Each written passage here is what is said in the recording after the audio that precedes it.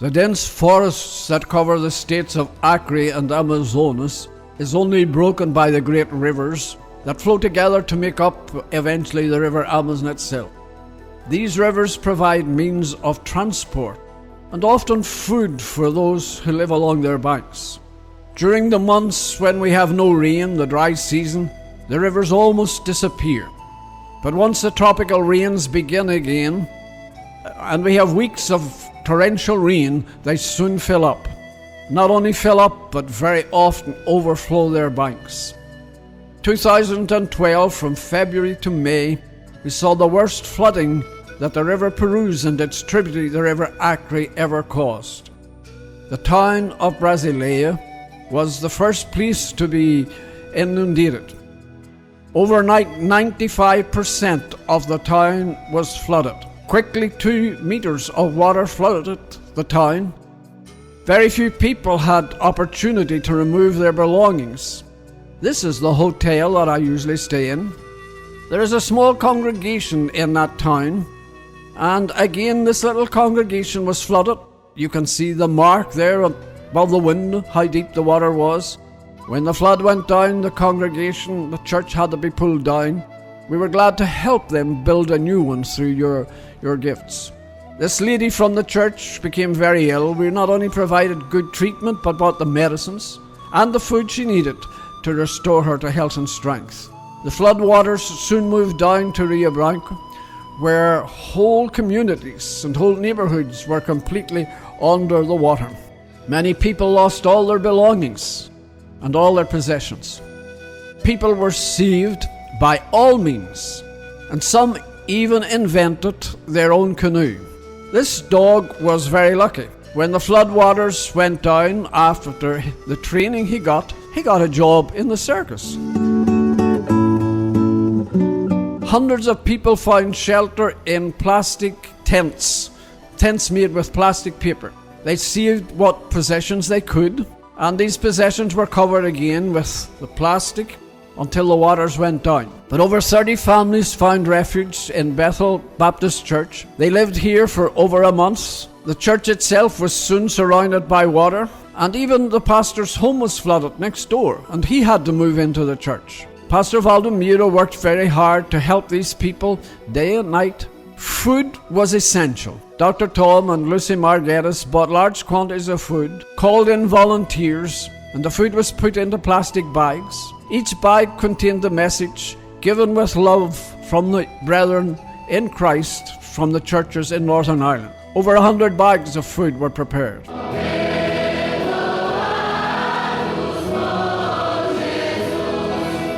Only a few of the members from Emmanuel Baptist Church were affected by the flood, but the pastor, Anton Nielsen, was a great help. He used the church van to distribute the bags of food. The Geddeses, of course, were very grateful for this help. The young men from the church helped to carry these bags out and fill up the van, and the pastor himself carried them to outlying people where they were flooded out. What a blessing to have rice and beans and coffee and milk. The pastor even faced the contaminated water to make sure everyone was attended, sometimes going by canoe. As the water began to go down, you can see the level of the water there in the house. You get the idea of how deep it really was. Outside every home, there was signs of destruction. The few possessions that the people had were destroyed.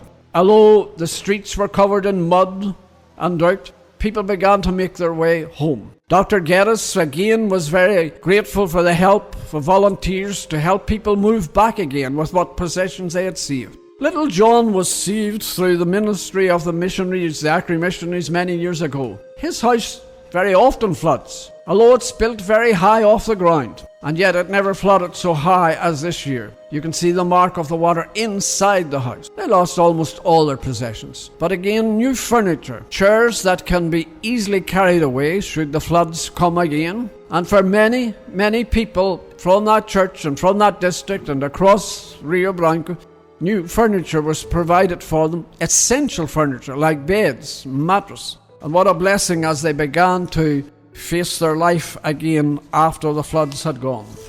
Lucia's house was completely destroyed. She lost all her personal belongings, even wedding photographs and things like that.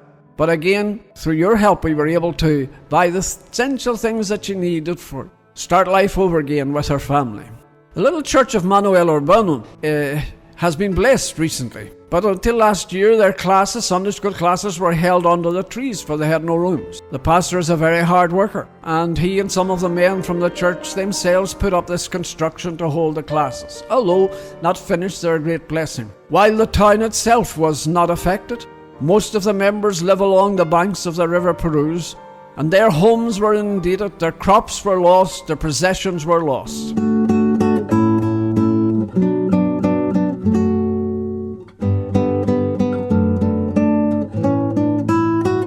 Again, food was essential for these people. The pastor not only put in food in the plastic bags, but he also put in new hammocks for the people who had lost so much. Every home crusade literature was also put in the bags. These bags were then carried to the edge of the river to be distributed or taken to the people who lived in isolated areas. The pastor himself carrying the bags. This man is one of my patients, lives there on the River Purus. He lost everything he possessed. He came to see me about his medicine. While he was with me, someone stole his outboard motor. We were able to replace it with a second-hand one. The town of Boca do Acre is at the mouth of the River Acre and the River Purus. When the missionaries went there in the very early days, the town often flooded, but never so badly, for so long, or so deeply as this year. The church itself was flooded, but the pastor managed to save the seats by floating them to higher ground. Even the outlying church, in the outskirts of the city, was also flooded. Again, people had to forget there were alligators and snakes and stingrays in the water and try and save what possessions they could.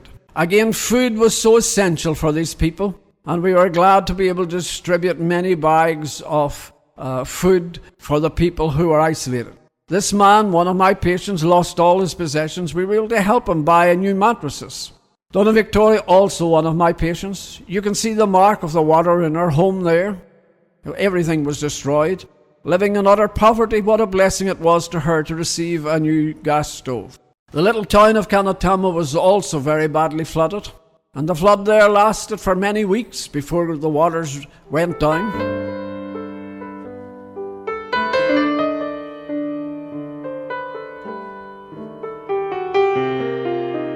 The people in that town were very proud of their new church, but the church did not escape the flood, and the waters poured into the building itself. The pastor's home was flooded, so he had to move out and take shelter in a school with many other people, saving what possessions he could. 2 days after moving out, his wife had a baby boy. Again, food was essential, and we were glad to be able to help them. What gifts were left over were used to help their little work downriver. As the flood went down, the men from the church began to scrub the walls and get the mud off again so that they could get back again into the church building.